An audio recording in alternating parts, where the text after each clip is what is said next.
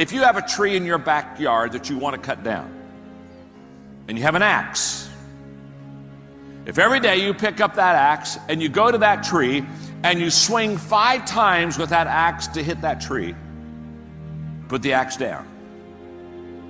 The next day you go out, pick up the axe, swing 5 times at the tree, put the axe down.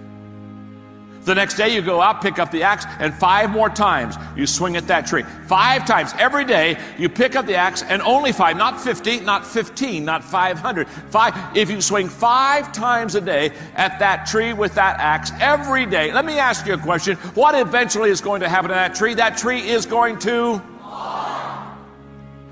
If you swing 5 times a day at that tree every day, that tree will fall. End of story. Now, find your tree. What's your goal in life? What's your purpose? What do you want to accomplish? What do you want to knock down? Find your tree. Like, what is your dream, your goal? That if you were to do 5 simple things every day in the direction of that dream, mountains of impossible dreams would begin to fall down. The secret of your future is hidden in your daily routine. I am absolutely 100% convinced that if you'll change your routine, you can change your whole life. The habits you have today will shape who you become tomorrow. And you know it's true because the habits that you had in the past shaped who you are today.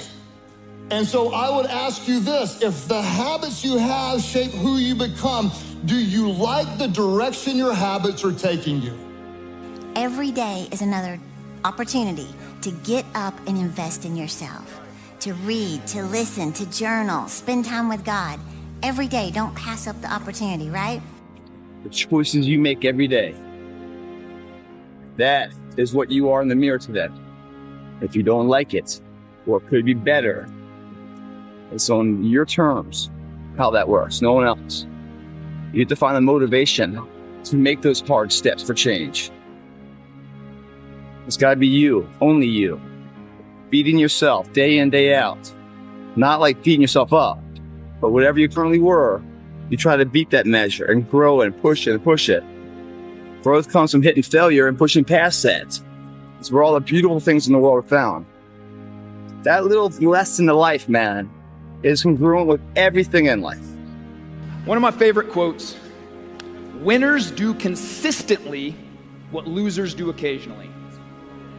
Winners do consistently what losers are going to do occasionally. And I frame in my mind, man, when those hard days come, good. That's awesome. Why do I love that? I have stamina. I'm in this for decades.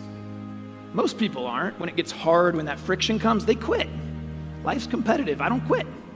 I have that vision in my head of where I'm going. I think long term, and I've got stamina to keep going. The pit and Potiphar's house and the prison are the things that prepared Joseph to become the prime minister. And see, we want to get to the top without the crawling through the glass at the bottom. But the difficulty at the bottom is the thing that makes us strong enough to stay there when we get there to the top. Like whatever we've got to do, it's worth it. Like when I look in the faces of my children, I could not look at them and tell them you can do anything you want to do and you can be anything you want to be while they watch me do nothing and be nothing. And people say, what do you do for a living? That's a really lame question. What do you do for a living? Let me ask you a more valuable question, if I may. What do you do while you're living? What do you do while you're living? Because most people do something for a living and do nothing while they're living. And you put as much time and attention into your dreams as you do your fears. So many people think all day long on what they're scared of. All that attention, all that energy going into the possibility of failure. When I win something, when I go after something, when I put the work in and achieve it, why don't we think that way? We're always thinking about losing something, something being taken from us, trying to maintain what we have. Why do we think that way? Why are we always thinking about the fears, the worst case scenario? All we do is put all that energy in there. Why don't we put the energy into the dreams that can be? We either give birth to our fear or we blaze the path of our dreams. You're either living your dreams or living your fears, one or the other. And which one are you giving the most time to? Well, I think one reason people don't change their lives is because they don't think they can. All of us have had people in our lives at some point in our lives in the past tell us that we are not enough, something enough. Not tall enough, not short enough, not pretty enough, don't sing good enough, don't dance good enough, not smart enough, not strong enough, not coordinated enough. You are not enough. We've all heard it. Because that has never been the message that God has given you. In fact, you are enough for the assignment for which He created you. And that's all that matters.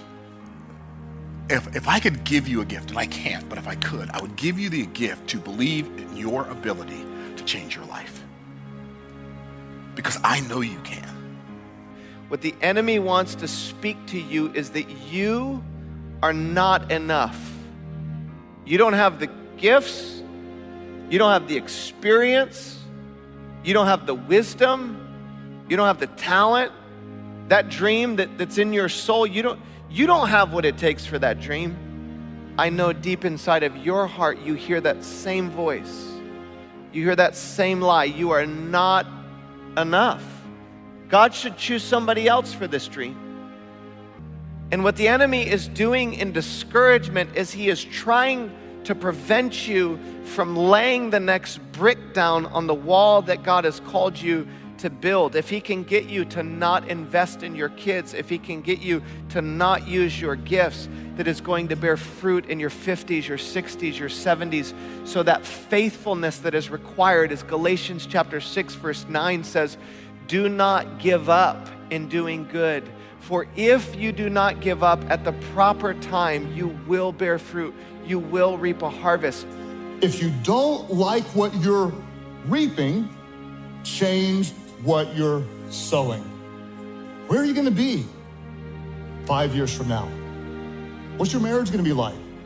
Your kids, your financial situation, your leadership, your life, your company, your business, your witness.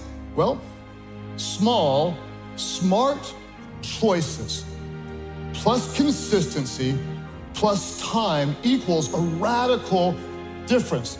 If you don't like what you're reaping, change what you're sowing. Yes, it takes discipline, but the pain of discipline is less than the pain of regret. One of the saddest things is to come to the end of life and wonder what we could have become. What if I wouldn't have let those people talk me out of my miracle? Where would I be? What if I would have distanced myself from those friends causing me to compromise? What if I'd have taken that step of faith in my career and not played it safe all the time? You don't have